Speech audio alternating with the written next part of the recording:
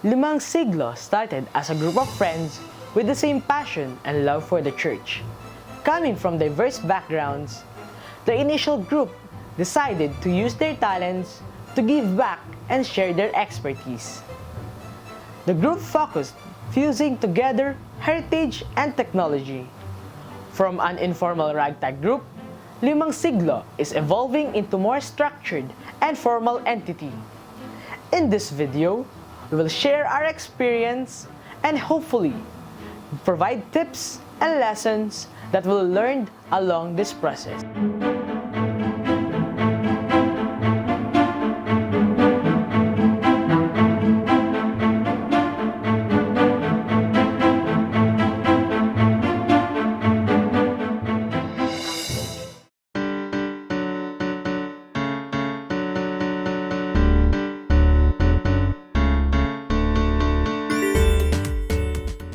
The name Limang Siglo was inspired by the 500 years of Christianity in the country.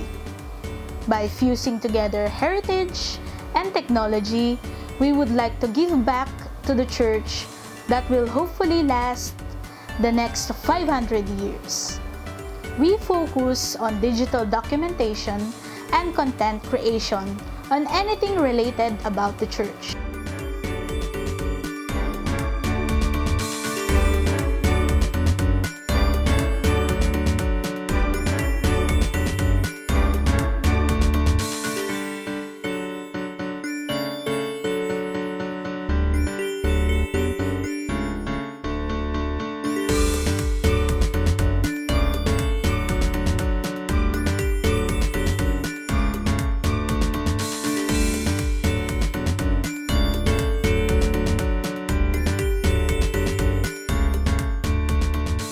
Started with a group of friends coming from different backgrounds, ranging from technology, architecture, medicine, engineering, and communication media.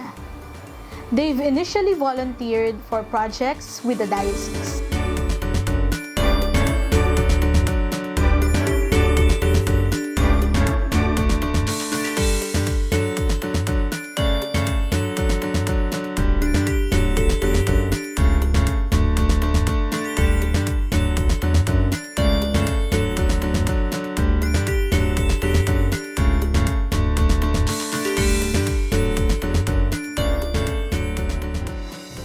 Back then, we were learning via a trial and error method.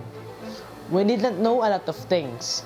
Some of our early live streaming via mobile phone was oriented in portrait mode. We even used ring light and emergency lights on the first few episodes of our programs.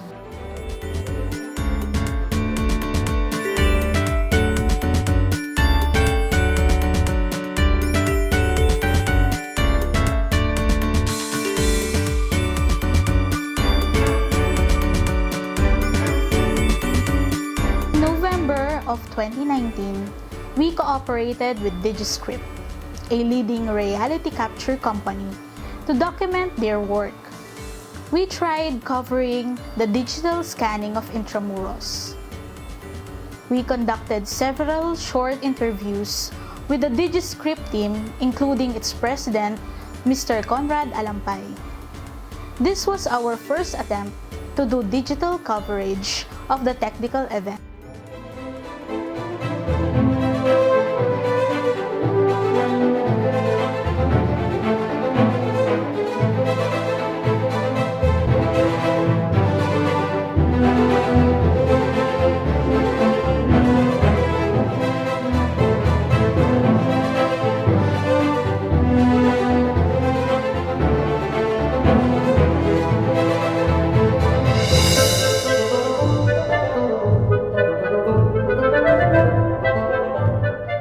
To extend our audience reach, we use multimedia platforms such as YouTube, Facebook, Instagram, Twitter, and TikTok. Our first few video published was about DigiScript Philippines on reality capture and heritage conservation architect Joel Vivero Rico.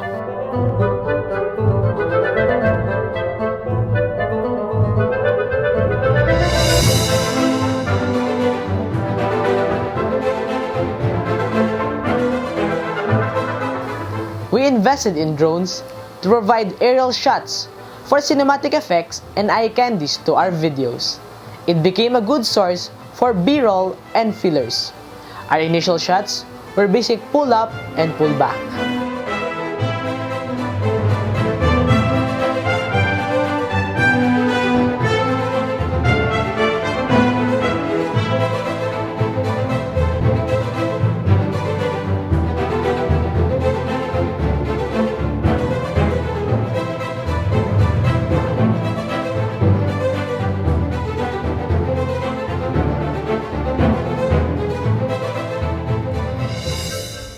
One thing we learned that proper documentation is a must.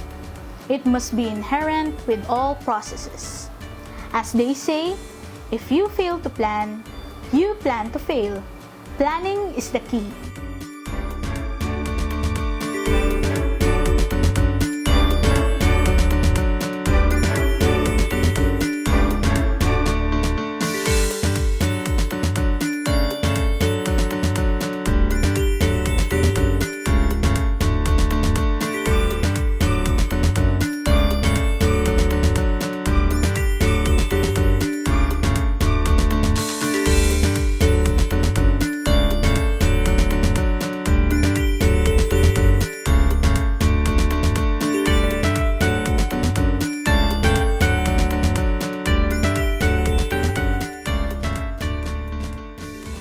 We conceptualized the program Mama's Boys to feature the lives of priests, bishops, and cardinals. By presenting their biography, the intention is to inspire viewers. This is also a way to show the more personal and human side of the guest. Mama's Boys is short for Mama Mary's Boys.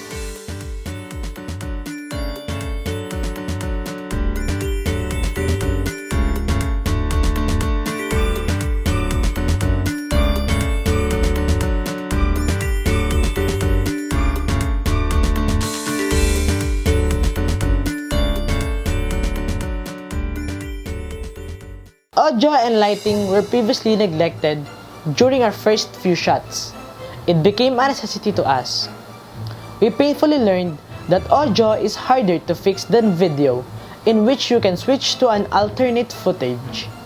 Indoor videos also became a challenge, compelling us to invest in more decent light gears.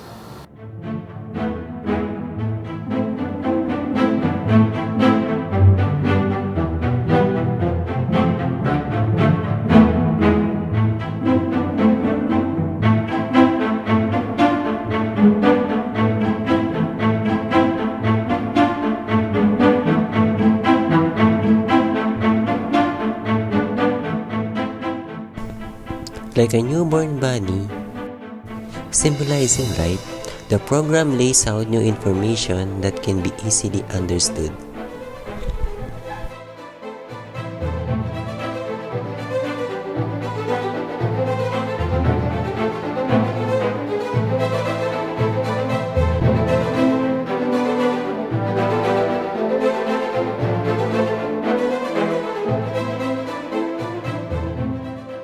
One key to get more views is to consistently release episodes. Viewers tend to watch and follow the series if it is uploaded on a timely and consistent schedule. Hey, what's up?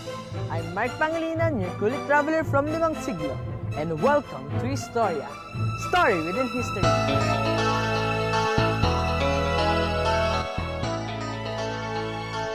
Hi, I'm Bianca of Limang Siglo, and welcome to Sensei. Hey, what's up guys? This is Joseph Ryan Bati, your tech warrior from Limang Siglo. We upgraded our drones and learned more options on doing aerial shots. As we got more confident and brave, indoor footage became part of our list as well.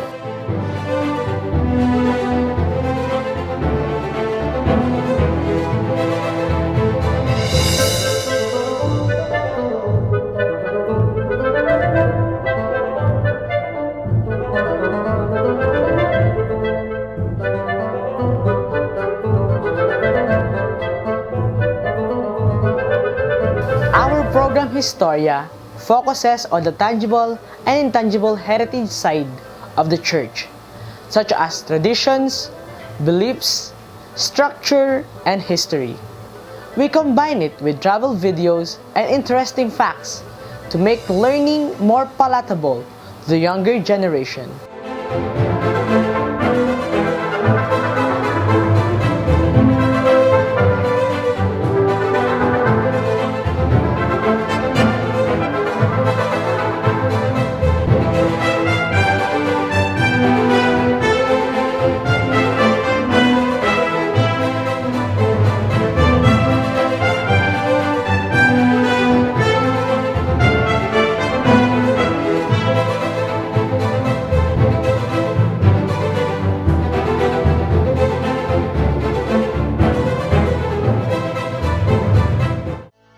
Sensei is a Japanese term which means teacher. This program features people who are willing to share their knowledge and experiences. They share tips, methods, and techniques. The aim is to continuously explore, learn, and improve.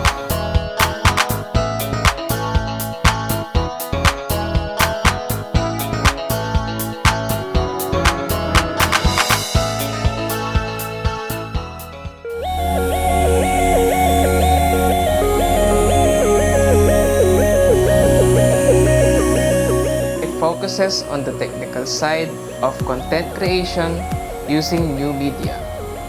It is mostly sharing experiences of our team on productions that we have done. The objective is to provide tips, techniques, and tutorials on how to improve content production.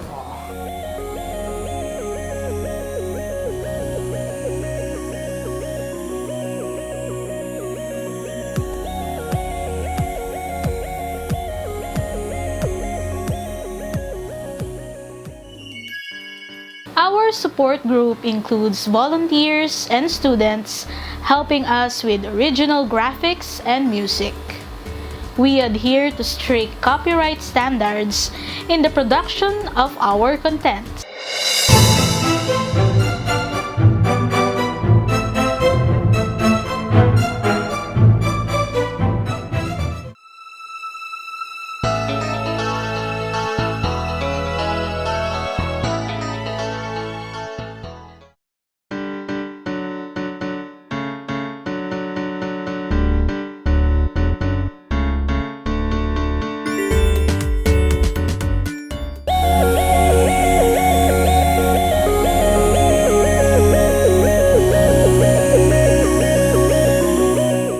One tool we use for 3D graphics is Blender.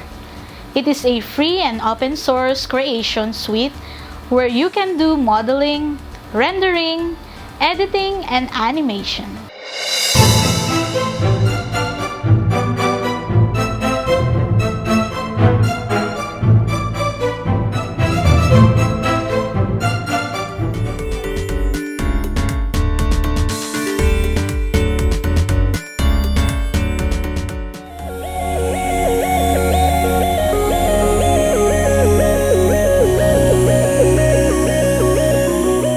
The first output we did was published in YouTube.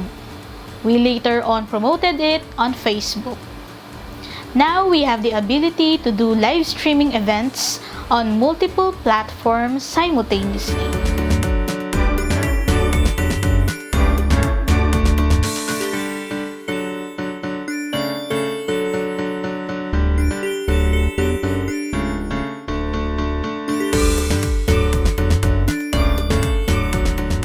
Live streaming of events became a norm, especially at the height of the lockdown. Our group did research in doing this in a cost-effective manner using mostly open-source tools. As an example, we use OBS for streaming, Node.CG for graphics manipulation, and Nginx to rebroadcast to multiple sites. Our normal live stream is simultaneously broadcasted to Facebook and YouTube.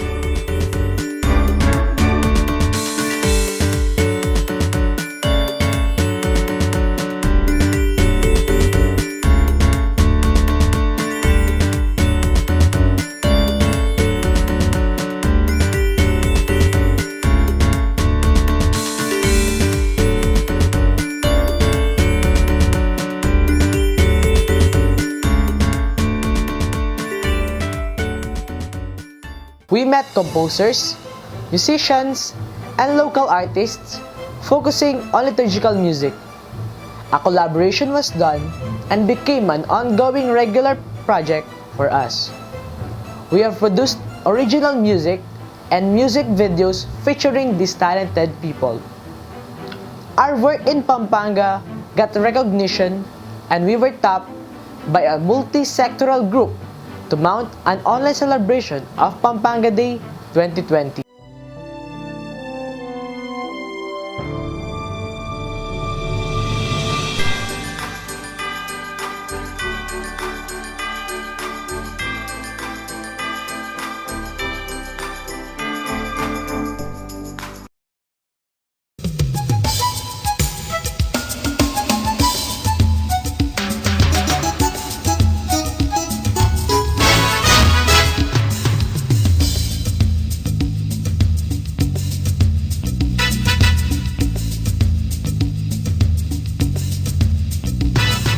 Limang Siglo progresses, sponsors have started to eye our team.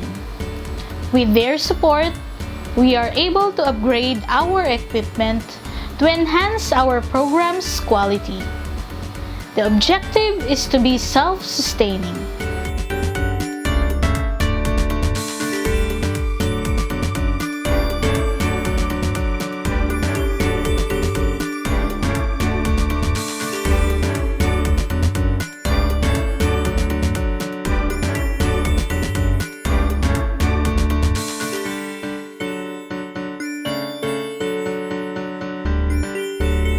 Additional equipment helps us to become more efficient in our work.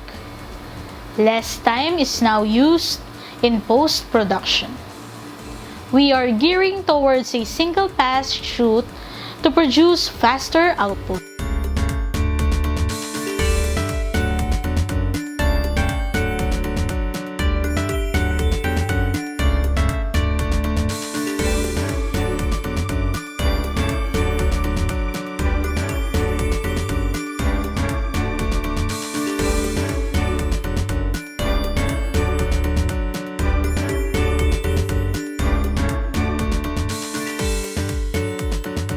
The technicality of the production increases, the need for more equipment becomes a necessity. Audio is now recorded in pairs, one acting as backup, while lighting consists of fill, key, and background hue.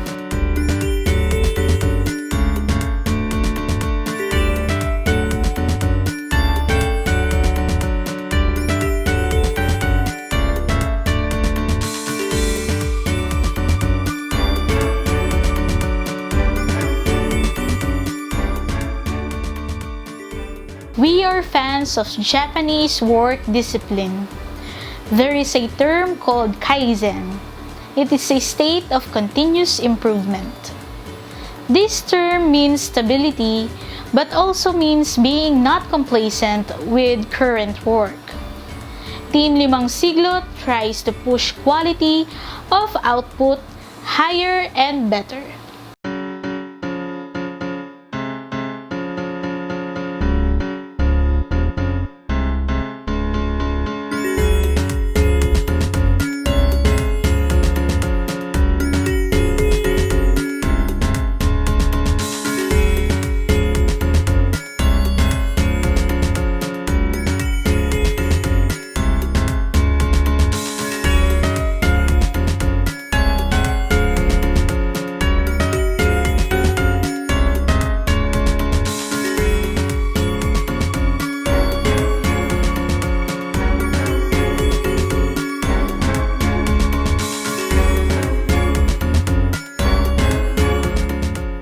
Hey guys! Welcome to Mama's Boys.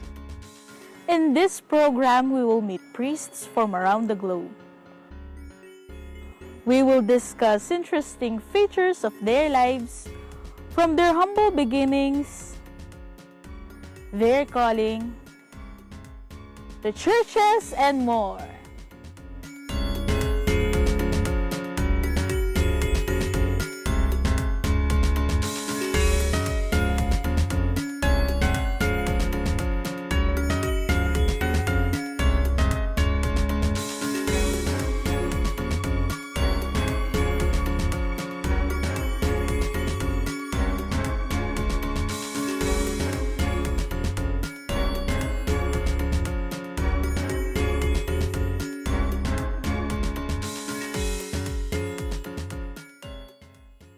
There you have it, guys. Thank you for joining us in this episode of Mama's Boys. Hope to see you in our future episode. This has been your host, Karen Dane. Jamatarai shune!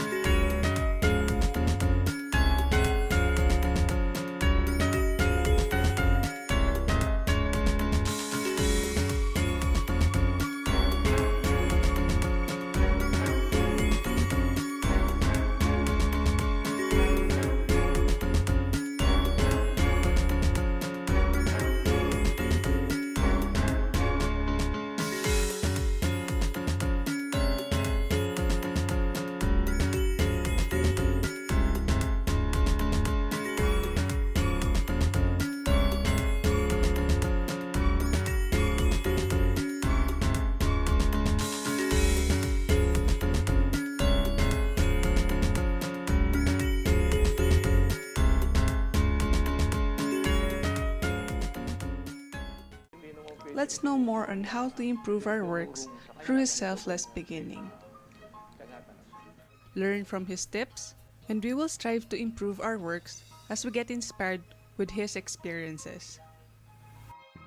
Hi, I am Bianca, and welcome to Sensei. Kung matakot, lot of pressures are self-inflicted. Ako personally ganun na, oh, it's not good enough. Oh, especially if you anchor it or if you compare it to the works of established composers, for example. Kasi anong purpose ba natin, sabi ni Kuya Nilo? Huwag kang matakot kasi we're not competing against the song. We're adding to the choices. Mag-add ka lang. It's your way of enriching the liturgy as well. Maganda kasi yung actual eh. Actual na yung tinuturo mo Nahawakan nandito po siya talaga. na oo.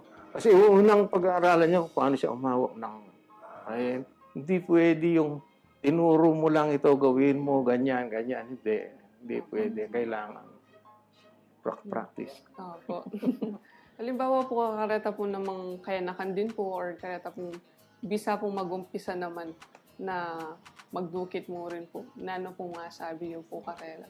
Subukan daw kasi mali mo tingkan talent kayong makanita na nung makagawa niya man taglos na. Nakagyo na naman. Sinumburi na naman naman magkasakit eh. Do you have any suggestions or recommendation how they are going to start their own compositions of music? Okay. For those who want to start and try to pursue songwriting, one advice I could share is try to listen to different music, different genre. In that way, it could enrich your musicality. Don't copy the songs that have been written. Huwag yung gayahin yung music nila, yung melody nila. Back to the question po. Since you are composing songs, do you also play musical instruments? Yes, I do not play any musical instrument. This is my instrument, my voice. Anybody can compose a song. Your mother or your lola. We are all natural composers. Let's say, for example, your mother. Habang naglalabay siya sa'yo, they create melodies. They create song. Find a mission. Find your passion. Find something that would really interest you. Find something that you can express and learn and be good and be open to criticisms and don't stop learning. Yeah, you just have to keep on striving and we'll continue to explore, learn, and improve. Like here in Sensei, please continue to watch our programs here in Limang Siglo. Hey! What's up? I'm Mark Pangilinan, your Kulit Traveler from Limang Siglo. And welcome to Historia, Story Within History. In this series, we will hear the stories of every place we visit. Let's explore, enhance our knowledge, but more importantly, enjoy, while deepening our understanding of our history. In Historia, It is like a history lesson. Sometimes you might find it boring, but I might be your best buddy when it comes to history.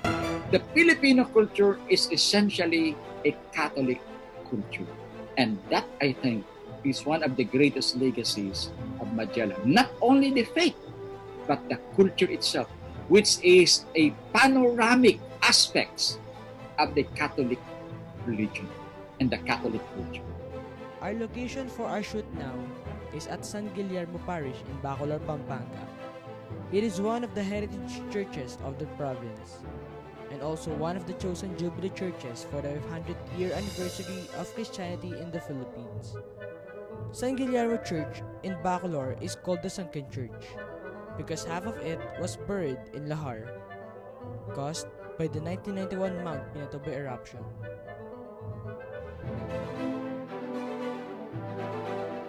Marco Polo, a famous European trader, proved that the travel from Europe to the Philippines is plausible as early as the 1300s through the commerce trade routes and other modes of transportation. In Bolinao, there are several markers on the arrival of Blessed Odorico. The first one is at the right side of the entrance of the Divine Savior Catholic Church, alongside with a cross outside the main doors of St. James the Great Parish. St. James the Great Parish is a Spanish colonial church. It was canonically erected in 1609 when the Augustinian friars took over this mission territory, which was earlier entrusted by the Spanish colonial government to the Dominican friars in the year 1594, and left the place in the year 1607 due to the vastness of their mission territories and the scarcity of their missionary members. Mr. Vicente C. de Jesus was commissioned by the local government of Butuan in 1986 to research more about the claim for the site of the first Mass. I am Vicente C. de Jesus from Butuan City. I was commissioned by the city of Butuan in 1986 to research on this issue, the Butuan Mazawa claims. And up to now, I'm still studying the issue. Time flies so fast, but every minute is a story. Thank you for watching this episode. I'm your recruited traveler, Mark Pangilinan. Our national hero, Jose Rizal, once said, "He who does not know how to look back at where he came from will never get to his destination." See you again next week, and this is Historia, story within history. And this is how Limang Siglo evolved from a ragtag team into a semi-organized group who dreams the fusion of technology and heritage.